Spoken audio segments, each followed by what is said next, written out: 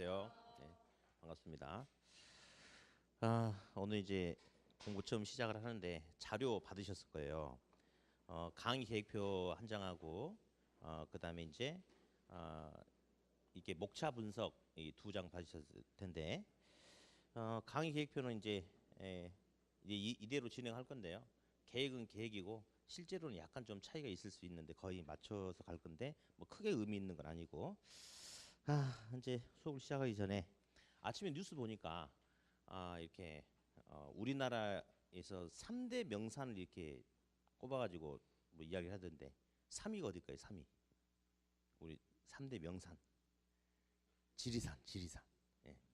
2위는 그렇지, 설악산. 1위 물어보는데 월주산 하면 안 돼요. 1위는 어딜까요? 부동산이요, 부동산. 그래. 그래서 1위가 부동산이에요. 그래서 오늘 배우는 과목이 이제 부동산 학개론이다라고 이렇게 이야기를 해요. 부동산 학개론. 이 부동산 학개론이란 과목은 이제 어떤 거냐면 이제 사람이 이렇게 살아가는데 이 사람들이 살아가는데 토지라는 이 공간, 토지라는 이 부동산이라는 공간 속에서 사람이 살아가요.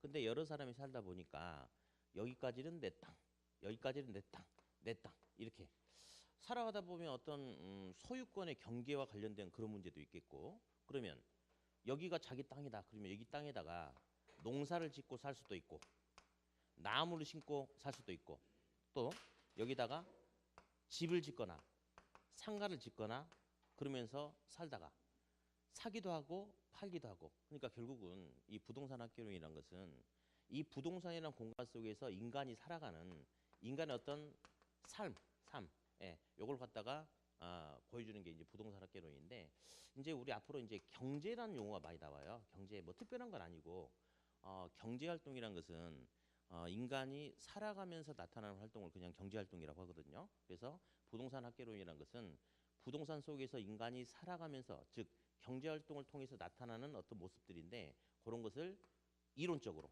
이렇게 표현해 놓은 것을 부동산 학개론이다라고 그렇게 그냥 이야기합니다.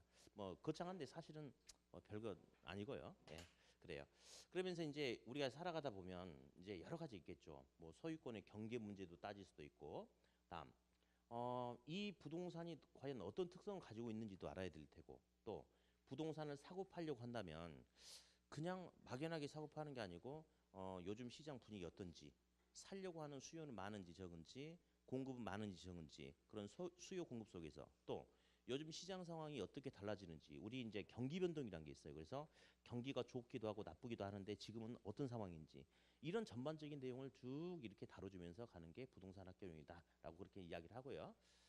그다음에 이제 음, 앞전에 이제 28회 시험 보고 여러분들은 29회 이제 시험 응시생이잖아요. 그래서 앞전에 28회 시험이 과연 어떻게 구성이 됐고 우리는 어떻게 이렇게 준비를 해야 될지 한번 살펴볼 텐데 하기 전에 이거 하나 써볼까요?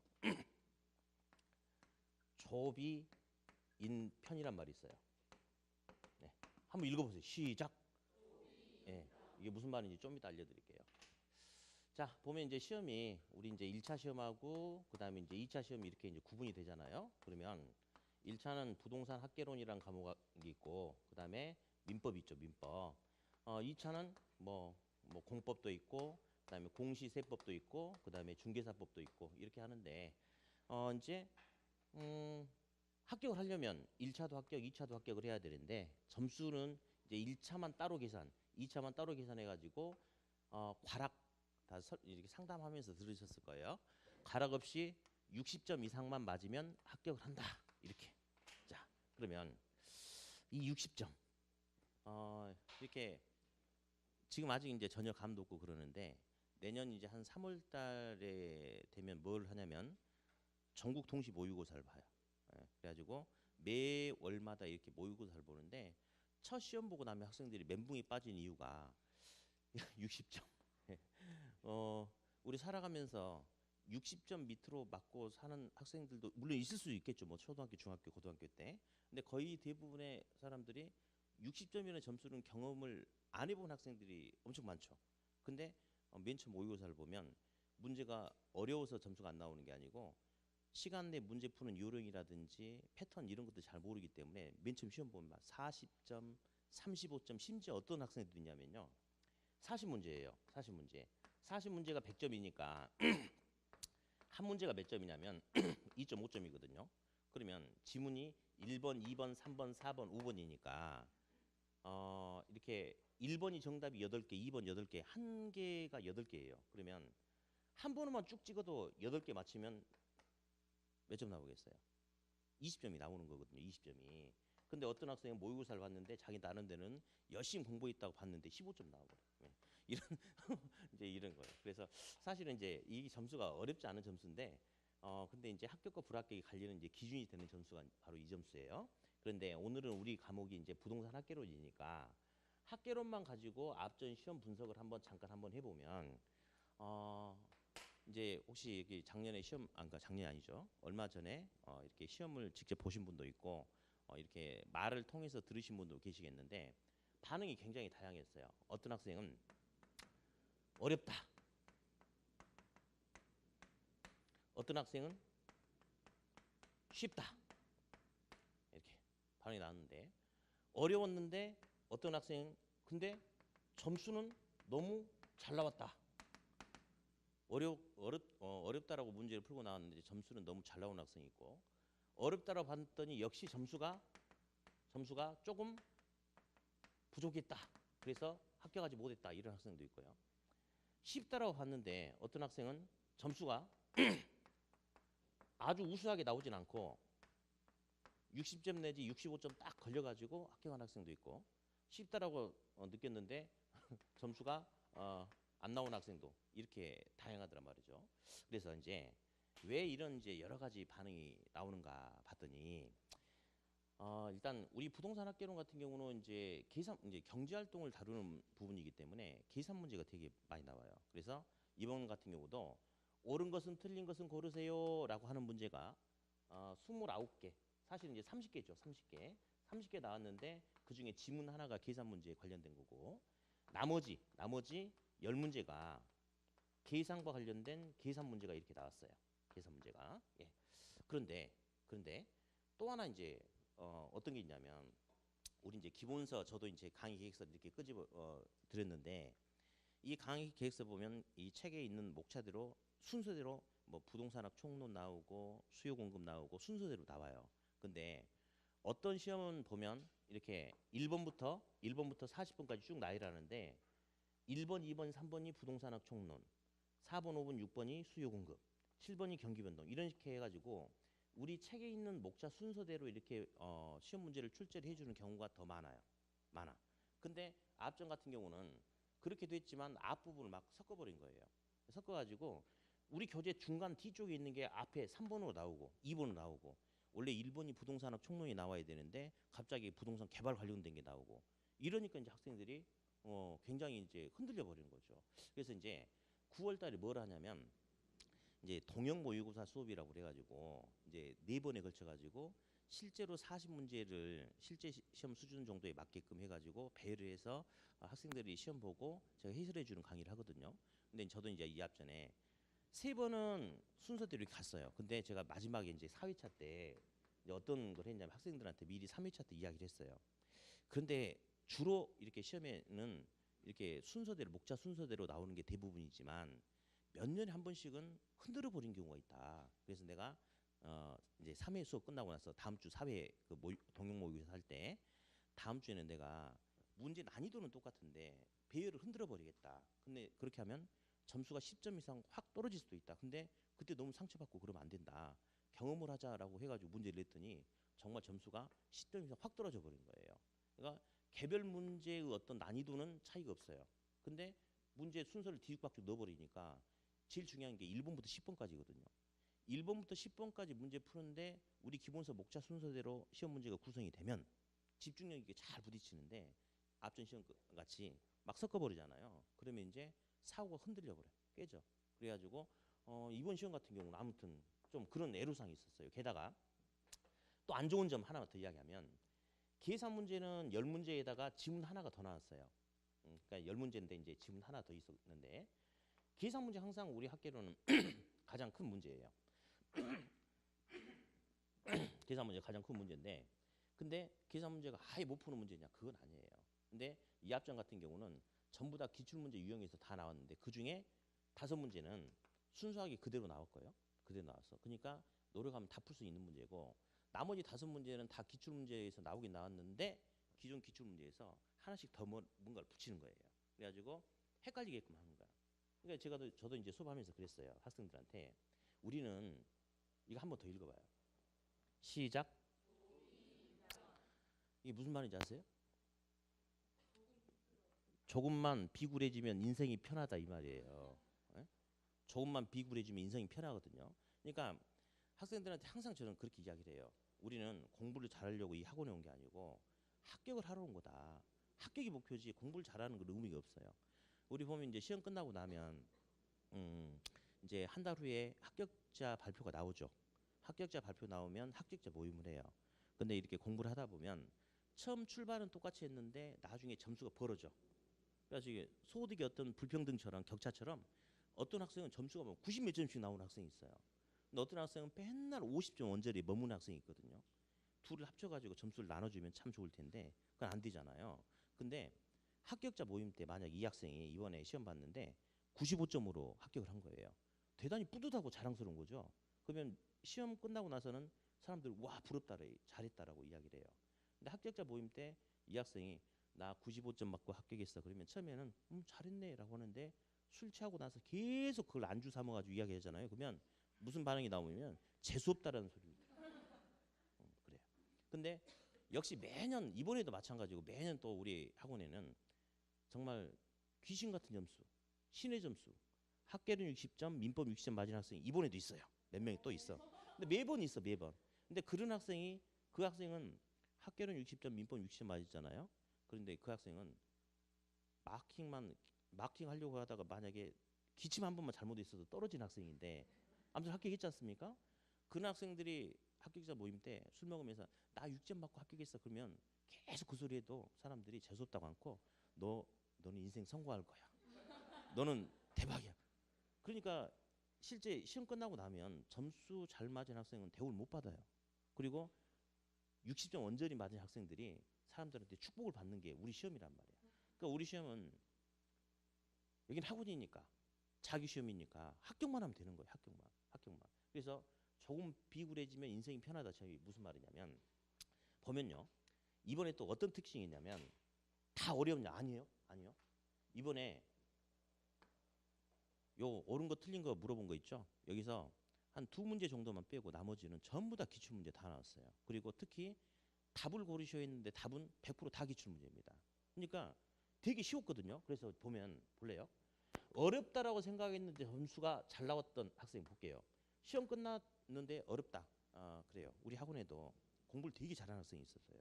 근데 시험 끝나고 시험 떨어진 줄 알았다. 말도 안 되는 거죠. 예. 그런데 고득점이 나온 거예요. 왜 그런지 아세요? 이 학생은 완벽을 추구하는 거죠. 완벽을. 이거는 기본적으로 다 맞추는 거고 다 맞추고 계산 문제까지도 평상시에 그렇게 열심히 했으니까 다 맞힐 줄 알았더니 풀릴 것 같은데 손대 보니까 어떤 문제는 풀리는데 어떤 문제는 하나가 더 나와가지고 이상이 답이 안 나오는 거야.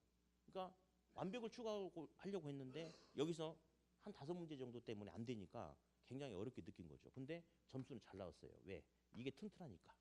네, 고득점이 나오죠. 근데 어렵다라고 생각했는데 정말로 점수가 부족해가지고 떨어진 학생들이 제법 있어요. 근데 또 하나만 더. 쉽다라고 생각했는데 점수가 아주 잘 나올 수는 없어요. 쉽다라고 생각하는 학생이 점수가 잘 나올 수는 없고요. 근데 합격 점수가 나오는 학생이 있어요. 우리 옆에 학원에 우리 같은 계열 학원에 66세인가 되시는 어르신이 계세요. 근데 그분은 물론 이제 뭐 공부를 열심히 하신다고 했지만 좀 굉장히 불안하고 살짝 기대하지 않았는데 이분 합격하셨어요. 네, 합격했어. 근데 그분은 저는 잘 모르니까요. 그냥 교수님 시킨 대로 해놓고 계산 문제도 딱 몇 가지 유형만 잡고 나머지는 아예 안 풀어. 그리고 저한테 상담 하러 와가지고 제가 물어봤어요. 계산 문제 좀 어떠세요? 했더니 잘 모르겠네요. 그러면 하지 마세요. 시험 문제 나오면 계산 문제는 하나도 손대지 말고 옳은 거 틀린 것만 다 풀고 그 다음에 민법 다 풀고 마킹 다 하고 시간 남으면 몇 개 풀어보다가 안 되면 찍으세요. 그렇게 했거든요. 근데 딱 그렇게 했어요. 그러니까 이 학생 같은 경우는 사실 쉬울 수가 없어. 이번 시험이. 근데 쉽다라고 느낀 거예요. 왜? 안 했잖아. 안 했잖아요. 그리고 시간이 부족하니까 찍은 거야. 그리고 요것만 가지고 푸니까 이게 다 기출문제 가지고 답이 나온 거 아니겠어요? 그러니까 쉽다라고 느낀 거야. 그래서 저는 기대도 안 했더니 이번에 합격을 하신 거예요. 근데 어렵다라고 느낀 학생 중에 근데 문제가 공부를 안 해서 어렵다라고 느낀 학생이라면 할 말이 없어요. 근데 이번 같은 경우는 정말 굉장히 좀 안타까운 사연도 많아요. 어떤 학생은 이렇게 전국 모의고사를 보면 80점이 넘고 합격론이 그랬던 학생이 점수가 60점이 안 돼가지고 시험에 떨어진 학생도 있어요. 그러니까 말이 안 되거든요. 근데 어떤 학생은 아까 이야기했듯이 맨날 뭐 50점 이 정도만 맞는데 합격한 학생도 있어. 어떻게 하느냐? 요령껏 해야지 요령껏. 아까 그 어르신 그분 같은 경우는 못하니까 못하는 거 놔두고 할 수 있는 거 가지고 먼저 해라. 그리고 나서 나중에 프로 보다가 뭐 시간 없으면 찍어라. 그러니까 이게 쉽다로 느껴가지고 아무튼 이렇게 점수가 됐죠. 근데 이제 문제는 평상시에 공부를 잘했는데 이번 같은 경우도 저도 이제 그나마 면피가 되긴 된 것 같아. 마지막 사회 동영 모의고사 때 한번 순서를 흔들어 낼 수 있다고 해가지고 한번 보여주긴 했으니까 면피가 됐지만 아무튼 요령껏 해야 되거든요. 다 잘할 필요가 없거든. 근데 처음부터 끝까지 그냥 다 잘하려고 하는데 자기 능력에 맞게끔 상황에 맞게끔 해야 되는데 그렇지 않고 막 부딪히다 보니까 평상시에는 점수가 잘 나오는데 실제 봤더니 점수가 좀 부족해가지고 떨어지는 그런 안타까운 상황도 있었다. 그래서 이제 우리가 오늘은 뭐 이렇게 부담을 드릴 필요도 없고 가질 필요도 없고요. 다 합격할 수 있어요. 다 합격할 수 있는데 대신에 선생님 말을 잘 들어야 돼요. 여기는 학원이거든요. 공부를 잘하려고 공부를 하려고 오는 데가 아니고 합격을 하러 온 학원이기 때문에 철저하게 잔머리를 써가면서 합격에 맞게끔 접근해야 돼. 합격에. 그러면 항상 저는 이걸 이야기하고 싶어요. 기본. 뭐 누구나 다 기본에 충실하라고 하죠. 근데 우린 60점만 맞으면 되거든요. 그러니까 기본에 충실하고 더 열심히 해라가 아니고 기본만 갖춰라. 그럼 된다 이거예요. 기본만. 난이도 상중하가 있어요. 난이도 상중하가 있는데 통상은 난이도 이게 상위 한 25문제 정도 아니 이제 25% 정도 25문제 아니겠죠. 예. 여기가 한 40에서 많이 나오면 50이 나오기도 하고 여기가 이제 한 한 35% 40 뭐 이 수준으로 나와요. 그런데 앞전 기출문제를 보면요. 30문제 옳은 거 틀린 것은 고르셔 가지고 두 문제 빼고 나머지는 답이 다 기출문제예요. 다 기출문제. 그리고 또 여러 번 나왔던 지문들이거든요. 완전 생사관에 이런 게 없어요. 그러니까 이번 같은 경우는 난이도 평가하기 되게 힘들어. 그래서 사실은 보면요. 난이도 하가 거의 60% 정도 가까이 정도 나와버린 것 같아요. 난이도 하가. 그리고 난이도 중 자체가 사실은 거의 없습니다. 억지로 이렇게 만들어 놓으면 모를까. 우리는 내용이 어렵든 쉽든 과거 시험에서 몇 번 보여줬던 지문들은 모의고사라든지 문제풀이 과정이라든지 제 강의를 통해서라든지 계속 반복이 되거든요. 그러니까 그 내용 자체가 어렵냐 쉽냐 그게 중요한 게 아니고 이게 우리에게 노출이 많이 됐느냐 안 됐느냐 그게 더 중요하거든요. 근데 대부분 다 노출이 돼가지고 난이도 중이 몇 문제인지 판단하기 힘들어요. 사실 난이도 하가 70% 이상이 나왔다고 봐도 될 것 같아요. 이번 같은 경우는. 그러니까 난이도 중을 몇 퍼센트 나왔다라고 판단 자체가 지금 어렵단 말이에요. 예, 다 거의 다 나와버렸으니까. 난이도 상은 사실은 뭐 25% 그래요. 계산 문제가 있으니까 이 정도 잡아주고 뭐 난이도 중 한 25%뭐 15% 이주 잡다 이렇게. 그래서 결국 보면요. 우리는 합격만 하면 되기 때문에 할 수 있는 부분들 난이도 중하 기본 있죠. 기본만 가지고 계속 반복하면 합격할 수가 있어요. 합격할 수가. 근데 또 이제 지금은 뭐 아무리 이야기해봐야 뭐 현실이 와닿지 않고 그러는데 아무튼 우리 합격할 수 있다는 생각만 하시면 돼 지금은. 근데 나중에는 또 하나 조심해야 될 게 딱 하나 더 있어요. 뭐가 있냐면 사실은 100점 중에 60점을 맞는 게 되게 쉬울 수도 있고 되게 어려울 수도 있거든요. 왜 되게 첫 번째로 어렵냐면 기본 다지는데 기본 다져가지고 50점 확보하는 데까지 그냥 학원 다니고 왔다 갔다 하고 뭐 그냥 수업만 듣고 가면 안 돼요. 나중에는 시간 내서 한 뭐 3, 4월 달부터는 한 두어 달 이상 바짝 공부를 해줘야지 기본을 달성하거든요. 이 기본 오는 데까지가 좀 힘들어. 왜? 모르는 내용들 배우니까. 근데 기본 올라서서부터는 쉬워요. 고득점 어려워요. 예, 우리 학교는 계산 문제 이런 게 있으니까. 고득점 어려운데 기본이 너무 심할 정도로 많이 나와. 다른 과목보다. 그러니까 학계론에서 다른 그 어떤 과목보다 학계론에서는 70점 맞는 게 다른 어떤 과목보다 훨씬 더 수월한 게 바로 우리 부동산 학계론이에요. 예. 그러니까 전부 다 합격할 수 있다라는 생각하시면 돼요. 우리 그 어르신도 정말 저는 합격과 담쌀 줄 알았더니 쉽다. 그러니까 쉽다라고 이야기한 거예요. 그래서 그 어르신 상황에서 그럴 리가 없는데 그랬더니 여전히 시킨 대로 하니까 쉬운 거였어요. 예, 쉬운 것만 풀고 이거는 시간 없으니까 안 풀고 찍고 그러니까 쉬운 거지 당연히. 그래요. 그래서 이제 할 수 있어 할 수 있는데 대신에 뭘 조심하셔야 되냐면 항상 자기 자신을 낮추셔야 돼요. 나중에 이제 5월 달 정도 되면 어떤 현상이 벌어지냐면 이제 뭐한 4월까지 열심히 하다 보니까 무슨 말인지 알아들을 것 같아요. 그러니까 이제 나 혼자 하겠다고 해가지고 자꾸 독서실로 혼자 들어가 버려. 혼자 할 수 있을 것 같으니까. 그러면 거기서 발전이 없어요.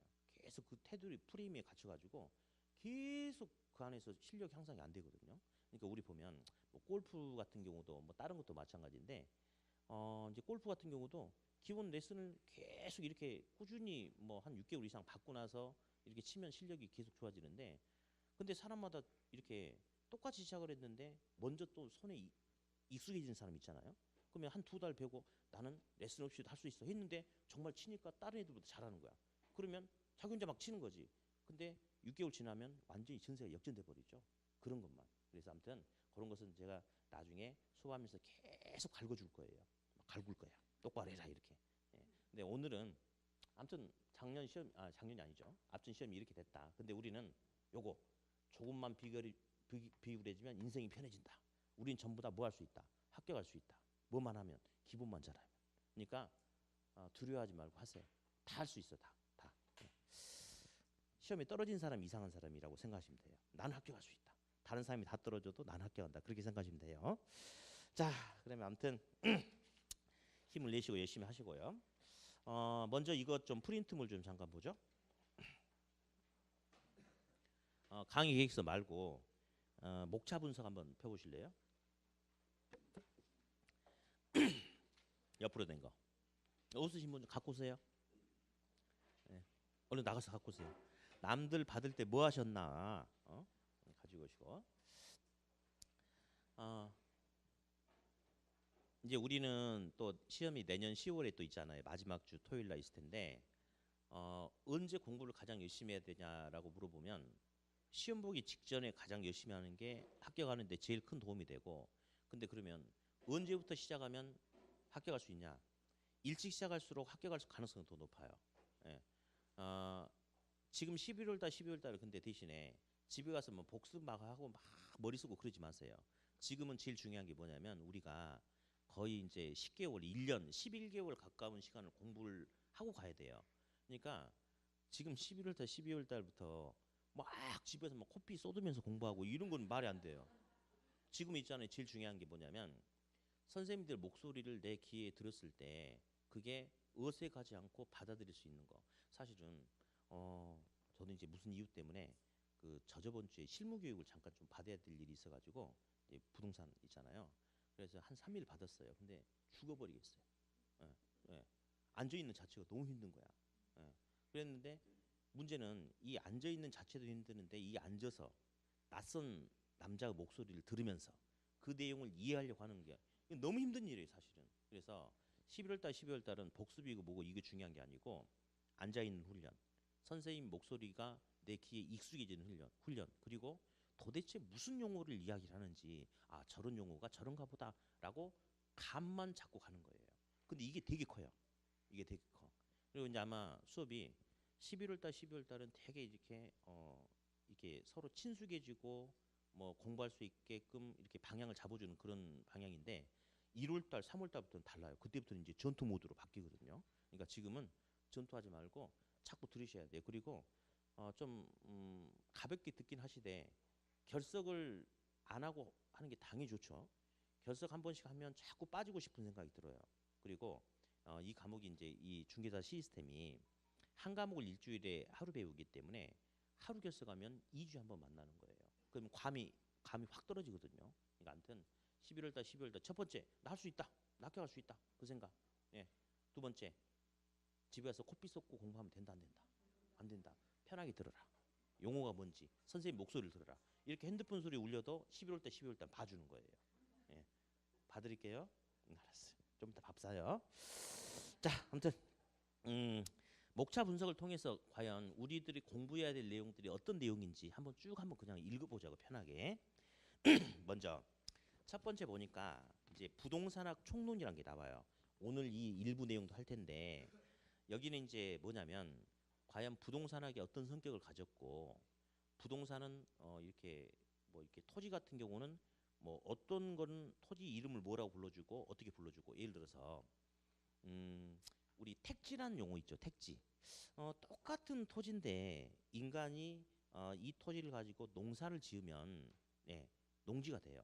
근데 이 토지를 가지고 형질 변경해서 건축물을 건축하면 예, 택지가 된다. 그래서 그런 것들을 배우는 내용들이 있고 우리 주택도 있죠. 뭐 단독 주택도 있고 공동 주택도 있는데 뭐 공동 주택에는 아파트도 있고 연립, 다세대, 기숙사 등이 있다. 아파트는 어떤 게 되면 아파트냐? 5층 이상이면 아파트야. 연립 주택은 4층 이하인데 연면적이 660제곱미터 초과야. 그런 것들 다루는 내용들이 있고요. 또 토지는 과연 어떤 특성이 있느냐? 우리 보면요. 항상 안 빠지고 시험에 나오는 게 부증성. 오늘 제가 이것도 좀 이따 설명해 드릴 거거든요. 토지는 절대 그 물리적인 양이 증가되지 않는다. 부동성, 토지는 움직이지 않는다. 이런 것들 다루는 게 부동산학 총론인데 시험 문제 세 문제 정도 네 문제 적게 나오면 한 두 문제가 나온 적도 있는데 기본적으로 일단 한 세 문제 나오는 것 같아요. 그리고 이 자체에서 세 문제인데 또 다른 영역에서 같이 살짝 터치해 주는 부분이 있거든요. 그래서 한 세 문제 또는 뭐 네 문제 정도 나올 수도 있다. 여기는 오늘은 뭐 이렇게 그냥 들어보는 건데 절대 틀리면 안 돼요. 다 난이도 하야. 그리고 이거 말고도 틀릴 게 너무 많아요. 그러니까 부동산학 총론 파트는 절대 틀려서는 안 되는 그런 부분이 되겠어요. 다음 이제 오른쪽 두 번째 보니까 부동산 경제론이 있는데 처음에 공부하다 보면 학생들이 수요 공급을 되게 좀 어려워하죠. 그래 어려울 수 있어요. 수요 공급이. 근데 이걸 아셔야 돼. 어떤 파트든지 다 쉬운 게 있어요. 다 쉬운 게 있고 다 어려운 건 없어요.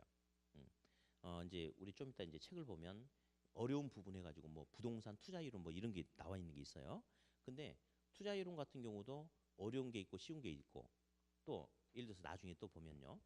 그 토지 임대를 지대라고 그래. 지대. 뭐 지대 이론 이런 게 있거든요. 근데 항상 나오는데 거기는 무조건 다 쉬워. 무조건. 근데 보면 수요 공급 파트 같은 경우는 한 문제 정도가 약간 공부가 좀 덜 된 학생들은 발목을 잡을 수 있는 그런 문제가 있고 나머지는 쉬운데 수요 간단해요. 그냥 공급. 자, 수요는 있잖아요. 어떤 물건이 있는데 물건의 가격이 있을 거 아니에요? 어디? 가격이 싼 걸 좋아해요? 비싼 거 좋아해요? 아니야. 그렇게 대답하면 안 돼. 수요와 공급이 있어요. 상대적이죠. 예. 돈 주고 살려는 사람은 가격이 싼 걸 좋아하죠. 가격이 싸면 더 많은 양을 살려고 합니까? 싸면 더 많이 살려고 하죠. 비싸면 덜 살려고 하고. 그렇죠?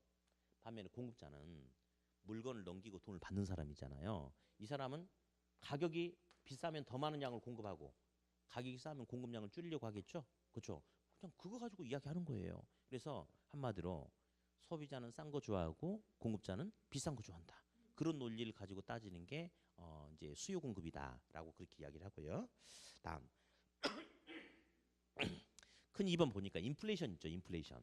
자, 인플레이션은 용어를 한번 들어보셨을 거예요. 용어. 물가가 오르는 거. 물가가 오르는 것을 인플레이션이다라고 그렇게 이야기하고요.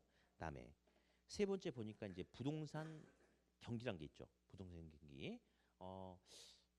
항상 시험에 나오는데 앞전 시험만 살짝 한번 빠졌는데 이거는 이제 뭐 거의 뭐 시험 15번 보면 14번 나오는 거니까 무조건 나온다 보는 건데 아무튼 부동산 경기. 자, 경기가 좋기도 하고 나쁘기도 하고 좋기도 하고 나쁘기도 하고는 이런 흐름이 반복된대요. 그래서 이런 걸 가지고 이제 경기가 좋을 때는 시장에서 어떤 모습이 나타나는지 경기가 나쁠 때는 어떤 모습이 나타나는지 이런 걸 다루는 것을 경기 변동이다라고 그렇게 이야기하고요. 네. 아무튼 여기서는 시험 문제가 최소 5문제에서 8문제 정도까지 출제가 되니까 상당히 이제 비중이 있다라고 그렇게 보시면 되겠고요. 네. 어디 옆에 부동산 시장 이론은 밥이에요. 밥. 예. 단 한 문제도 틀려서는 안 되는 이렇게 쉬운 부분. 그래서 부동산 시장은 어떤 특성이 있고 어떤 기능을 갖고 있으며 뭐 이런 것들이 있는데 예를 들어서 이제 부동산 시장 중에 완전 경쟁 시장이란 말 들어보셨죠? 그렇죠? 그러면 우리 현실의 시장은 완전하지 않은 시장이거든요. 근데 그러면 우리가 배우고자 하는 시장은 무슨 시장이냐면 부동산 시장이에요. 부동산 시장. 그러면 부동산 시장은 완전할까요? 불완전할까요? 그렇죠. 불완전하다고 대답하세요. 불완전한 시장이 부동산 시장이에요. 그래서 이제 두 개를 비교를 시킨대. 그럼 예를 들어서 완전 경쟁 시장은 모든 정보가 완전히 다 공개되어 있는 시장이 완전 경쟁 시장이다. 그러니까 지나가 버린 과거, 오늘 벌어지는 현재, 내일, 모레, 1년, 10년 후 미래에 나타날 수 있는 미래의 정보까지 모든 정보가 완전히 다 공개되어 있는 시장을 완전 경쟁 시장이다라고 하는데 어디? 그러면 우리 현실의 부동산 시장은 모든 정보가 다 공개되어 있나요? 아니죠, 아니죠. 그러니까 우리 현실의 부동산 시장은 모든 정보가 공개되어 있지 않은 완전히 아닌 무슨 시장이다. 불완전한 시장이다. 이제 이런 식의 표현합니다. 예, 이런 식의 표현. 그럼 이제 어디? 우리 앞으로 초과 이윤이란 말이 엄청 많이 나와요. 초과 이윤. 그러면 정상 이윤이란 말도 있거든요. 어디? 정상 이윤은 굳이 설명하지 않더라도 대충 감오죠. 예, 정상 이윤. 남들이 버는 만큼 나도 똑같이 벌어. 그런 개념을 정상 이윤이라고 그래요. 그럼 초과 이윤은 남들보다 더 많이 챙겨갈 수 있다. 이게 초과 이윤 아니겠어요? 그렇죠? 어디? 완전 경쟁 시장은 정보를 통해서 초과 이윤을 획득할 수 있다. OX. 다시 할게요. 그래요. 우리 합격을 해야 되는데 해야 되는데 그래요. 이제 11월 달, 12월 달이잖아요. 제가 원래 성격이 조금 요만큼 까칠해요. 오늘 보는 모습이 제 본 모습이라 생각하시면 안 돼요. 만약 오늘 첫 수업부터 막 똑바로 하세요 막 이러면 환불하고 나가버리면 안 되니까 내가 그러는데 자 볼게요. 자 완전 경쟁 시장은 모든 정보가 다 알려져 있어요. 그 말은 나만 정보를 다 알고 있는 게 아니고 이 시장에 있는 모든 사람들이 모든 정보를 다 알고 있다는 거야. 그러면 어떤 정보든 남들보다 특별히 알고 있는 특별한 정보가 있어요, 없어요? 없죠. 이번에 틀리면 수업 이제 그만해요. 완전 경쟁 시장은 정보를 통해서 초과 이윤을 획득할 수 있다. OX. X지. 말 안 되지. 남들이 모르는 정보가 없으니까 남들보다 더 많은 이익을 가져갈 수가 없어요. 그런데 우리 부동산 시장은 과거, 현재, 미래 모든 정보가 반영돼 있는 건 아니에요. 과거나 현재의 정보는 반영이 돼 있지만 공표되지 않은 미래의 정보는 모르는 시장이잖아요. 아직. 그러면 이 부동산 시장에서는 아직 공표되지 않은 내부의 미래의 정보를 통해서 초과 이윤을 획득할 수 있다 없다. 있다. 이런 것들을 다루는 것이 바로 이제 부동산 시장 앞쪽에 그런 부분이고요. 다음 두 번째 이제 시장 분석이 있는데 주택 시장은 어떤 특징이 있냐? 주택은 싸요, 비싸요? 싸요? 한 잔 마시고 해야겠다. 그렇게 대답할 수 있죠. 돈이 많은 사람들은 껌값이지 뭐 그까짓 거 4억 5억 뭐 껌값이 뭐 이렇게 할 수도 있을 수 있겠으나 주택은 이제 우리가 살아가면서 지출하는 어떤 부분 중에 상당히 많은 부분을 차지하죠. 그래서 주택은 비싸죠. 그러니까 우리 시험에 항상 시험에 나오는 게 있어요. 대출 관련된 거, 이자율 이런 게 항상 시험에 나오거든요. 왜? 부동산은 고가니까. 그러면 부동산 같은 경우, 주택 같은 경우는 고가니까 내 돈만 가지고 뭔가를 사거나 뭐가 하기가 힘드니까 타인의 자본을 끌어 쓰잖아요.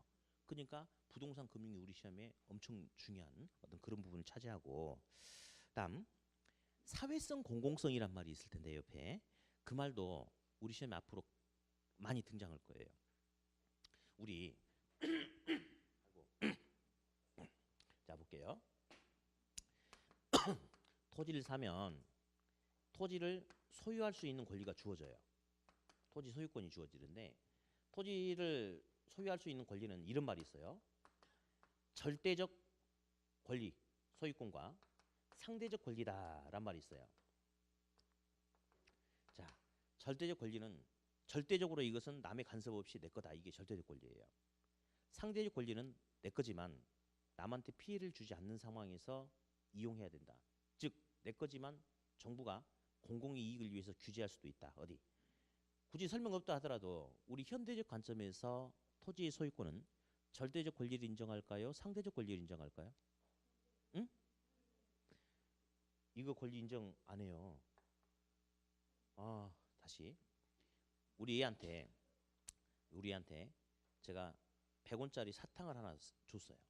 그러면 이 사탕이 이제 우리 아이한테 소유권이 주어진 거죠. 그러면 우리 아이가 이걸 길 가면서 먹는데 입에 넣자마자 바로 10초 만에 씹어서 먹어도 누가 뭐라 하지 않아요. 1시간 동안 빨아서 먹어도 누가 뭐라 하지 않아요. 왜? 이 사탕에 대한 절대적인 권리는 우리 아이한테 있으니까. 그게 절대적 권리예요. 근데 여러분들 아직 공법이 뜨거운 맛을 안 봐서 그러는구나.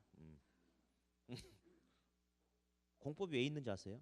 왜 여기는 뭐 무슨 용도 지역이 뭐다, 여기는 뭐다. 그러니까 여기서는 이런 건 되고 안 되고 여기는 4층까지만 되고 되고 안 되고. 왜 규제한지 알아요?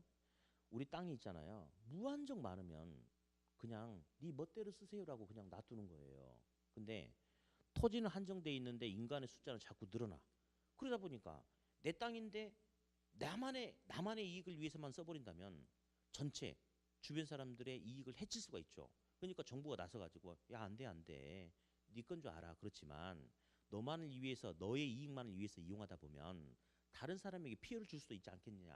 그러니까 너는 네 토지를 이용하되 우리 모두가 두루두루 다 잘 살아야 되는 그 틀 내에서 공공의 이익을 해치지 않는 범위에서 이용해야 돼. 그래서 내가 나서서 규제해 줄게. 여기는 이건 하고 이건 안 돼. 여기는 몇 층 이상은 안 돼. 라고 하는 거예요. 그럼 보세요. 절대적 소유권은 인정하면 돼야 안 돼? 안 되겠지. 그래서 무슨 소유권만 인정한다? 상대적 소유권, 상대적 권리만 인정한다. 예, 그런 것들을 이제 가지고 이제 하는 게 그걸 갖다가 사회성 공공성이라고 그래. 그래서 부동산에는 사회성과 공공성이 있기 때문에 절대적 권리를 인정하지 않고 상대적 권리만 인정한다. 그러니까 정부가 시장인 개입해서 개인의 어떤 소유권 행사에 제한을 가할 수도 있다. 이제 그런 식의 표현들을 많이 쓸 거예요. 사회성, 공공성 그렇게. 다음 이제 주거분리 여과작용이란 거는 자 우리 소득 있어 소득. 이 소득 격차에 의해서 주거지가 분리된대요. 그래서 고가 주택 지역이 있고 저가 주택 지역이 있고 이렇게 구분된대. 이런 걸 갖다 주거분리. 그래서 소득의 격차에 의해서 고소득층의 주거지역과 저소득층의 주거지역이 서로 분리되는 것을 뭐라 한다? 주거분리다라고 한다. 근데 이것도 이제 시험에 종종 나와요. 근데 우리 시험이 사실은 보면 좀 유치합니다. 만약에 시험이 뭐에 관해서 논하시오 그러면 시험이 세련되겠죠 아주. 근데 그렇지 않고 다음 중에 틀린 거 골라봐. 1, 2, 3, 4, 5 해가지고 찍으라는 거야. 그러니까 자꾸 말도 안 되는 오답을 이렇게 만들어내거나 정말 중요하지도 않는데 헷갈리게끔 하는 그런 부분들. 그러니까 지금은 우리가 그런 부담을 가질 필요 없는데요. 나중에 5월 달부터 가면 이제 문제도 같이 섞어서 이렇게 수업을 하거든요. 그럼 그때는 우리 시험은 철저하게 특히 학교로는 오답 찾기 훈련이 잘 돼야 돼요. 오답 찾기 훈련. 예. 그래서 한번 우리 연습 한번 해볼까? 1년 내내 헷갈리는 거야. 이게 참나. 볼게요. 어디? 여기는 저소득층 주택지역이고 그러니까 이게 시험이 어려워서 틀리는 게 아니고 말귀를 못 알아먹으니까 틀리는 거거든요. 우리 시험이 그래. 진짜 그래. 그러니까 공부를 잘하고 머리가 좋아야지 학교가 가냐? 절대 아닙니다. 제가 그 아까 그 어르신 이야기 했잖아요. 그분은 뭐 이제 본인 말은 내가 소시 공부를 좀 했어야 하는데 그렇지 않고 운동만 하셨거든요. 그 이제 씨름 선수 해가지고 그러니까 공부하고는 담싼 머리인데 근데 그분은 학원 다니면서 되게 이렇게 재밌으시대요. 왜냐면 내가 나이가 60 넘는데 나를 형님 해주고 오라버니 해주고 이런 되고 이렇게 좋은데 어딨냐고 그래가지고 거의 결석을 잘 안 하세요. 그래가지고 학원 나오는 게 제일 재밌대. 그래 나와가지고도 지갑을 이렇게 많이 열죠. 그러니까 이제 많이 붙는 거죠. 아주 인기 짱이거든요, 그분. 아무튼 그러니까 그분처럼 끈기 가지고 그냥 아는 것만 가지고 하면 되는 거지. 머리가 좋아야지 학교 간다? 절대 그런 거 아닙니다. 자, 한번 해볼게요. 여기 A라고 할게요. 여기는 저소득층 주택 지역이에요. 저소득층들이 살고 있는 주택 지역. 여기 이렇게 A. 다음 여긴 B라고 할게요. 여기는 고소득층들이 살고 있는 고소득층 주택 지역이에요. A가 뭐라고요? 저소득층 주택지역. B는 그런 건 안 물어봐요. 안 헷갈리잖아. 그럼 이제 어디를 물어보냐면 경계를 물어보네. 경계. 자, 빨간색. 이 빨간색. 빨간색을 뭐라 불러주냐면요.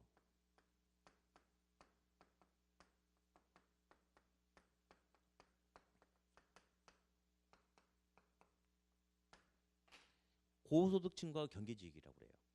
예, 맞을까요? 모르겠어요? 또 그러면 분단된 우리나라를 또 그려줘야겠네. 이렇게. 네. 그럼 있잖아요. 여기 이제 우리 이제 흔히 말하는 휴전선이 이렇게 있잖아요. 근데 요 아래쪽은 이게 남쪽에서 군인들이 지켜 있고 요 위쪽은 북쪽에서 이렇게 보는 거죠. 그럼 여기서 요 이제 파란색 지역도 있고요. 빨간색 지역도 있어요. 그럼 여기서 남측과 경계 지역이 어딜 것 같아요? 빨간색이에요. 남측과 경계 지역은 남측에서 봤을 때 남측과 경계 지역이 아니고 북한 쪽에서 봤을 때 남측하고 가장 가까운 지역이 바로 남측과 경계 지역이에요. 그러니까 빨간색이야. 북측과 경계 지역은 어딜까요? 파란색이에요. 북측과 경계 지역이라는 것은 남한 쪽에서 봤을 때 북한 쪽하고 가장 가까운 데 어디냐 그거거든요. 그러니까 아무것도 아니에요 사실은. 근데 1년 내내 이거 가지고 헷갈리는 거야 이거. 1년 내내. 근데 그러니까 시험도 딱 그런 거 보고 사실 이거 중요한 내용도 아니거든. 이제 전체적인 내용에서는 중요한 건 따로 있어요. 근데 문제는 이 시험은 학생들한테 뭔가 논리적 사고를 요구해서 아냐 모르냐를 통해서 맞냐 틀리냐 이걸 원하는 게 아니고 함정 걸어놓고 틀리게끔 하는 거예요. 그러니까 이런 함정만 잡아내면 되는 거야. 자, 이거 볼래요? 여기 지금 빨간색은 고소득층 여기 살아 안 살아? 안 살아. 저소득층들만 살고 있는데 저소득층들이 살고 있는 그 공간 속에서 고소득층하고 가장 가깝잖아요. 그러니까 빨간색이 고소득층과의 경계지역이다라고 그렇게 하는 거예요. 다음, 그럼 파란색. 여기 파란색 볼게요. 파란색은 누구만 살고 있어 지금 여기 쪽은? 고소득층만 살고 있어요. 그러면 여기는 어떻게 읽어줘야 될 것 같아? 그렇지. 고소득층 관점에서 봤을 때 저소득층과 가장 가까운 경계를 이루고 있는 지역이다 해서 여기는 저소득층과 경계지역이다 이겁니다. 그러니까 시험이 이런 함정이 그렇게 많냐? 그렇진 않아요. 몇 개 안 돼. 근데 이런 것은 학생들이 이제 근데 여러분들이 지금 안 헷갈리죠? 왜 그런지 알아요? 머릿속에 든 게 없으니까 안 헷갈려요. 예. 이제 시간 지나고 이제 지식이 조금 들어가면 진짜 그러니까 이제 말은 못하지만 선생님 입장에 너무 답답한 거예요. 그래서 동생 같으면 때리고 싶은데 때리면 큰일 나겠죠. 근데 보면 아무것도 아닌데 이런 걸 헷갈리는 거야. 그러니까 처음에 할 때 뭘 잘해야 되냐면요. 뭐 완전 경쟁시장과 불안전 시장, 이런 거는 나중에 몇 분만 들으면 전혀 헷갈림의 대상이 아니야. 근데 요소에 보면 아무것도 아닌데 이런 부분이 몇 개 있어요. 그래서 초반에 이런 부분을 좀 잡아놓고 가느냐 그렇지 않냐에 따라서 공부할 수 있는 양과 시간이 확 줄어들고 점수가 더 합격 점수를 나올 수 있느냐 그렇지 않느냐 그 차이가 있는 거예요. 그러니까 우리 시험을 보면 만만하다라고 생각하셔도 괜찮아요. 좀 거의 저질 수준이거든요. 문제들이 보면 상당히. 그래서 아무튼 뭐 이런 것도 있다. 이렇게. 다음 그 3번 보니까 부동산 입지 및 지대 이론이 나와요. 공업 입지, 공장이 어디 입지하는 게 좋느냐 물어본 게 있고 상업 입지 파트가 이제 우리 시험에서 이제 항상 출제가 돼요. 상업 입지, 상권. 그럼 한 번 더 물어보고 싶다. 한 번 더 물어볼게요. 자, A 매장과 B 매장 있어요. B 매장 있어요. 근데 자, 이 전체 거리가 10km라고 가정할게요. 그럼 딱 중간이 몇 킬로인가요? 5km죠? 그렇죠? 예. 근데 A 매장이 매장 면적이 1000제곱미터야. B 매장도 매장 면적이 1000제곱미터야. 그러면 두 매장의 매장 면적이 똑같죠? 똑같죠? 예. 그러면 매장 면적이 똑같다는 것은 A, B 모두 판매하는 제품의 종류, 가격, 서비스 다 똑같다 이겁니다. 그러면 소비자가 봤을 때 A 매장과 B 매장은 차이가 있다 없다? 없다. 그럼 어디? 여기 갑돌이가 산다. 그러면 갑돌이는 어디로 물건 사러 가겠냐? 왜? 그렇죠. 나머지 조건은 똑같으니까 가까우니까 A로 가겠죠. 을돌이는 B로 가겠죠. 자, 뭐 한번 해볼게요. 근데 둘 중에 어떤 매장이 커진다. 커진다. 그러면 매장 면적이 커진다는 것은 이쪽에 없는 물건이 있고 이쪽보다 오히려 더 싸고 그럴 수 있겠죠. 그렇죠. 그럼 어디 해볼게. 어느 한쪽의 규모가 커지면 상권의 경계는 큰 쪽으로 간다, 작은 쪽으로 간다.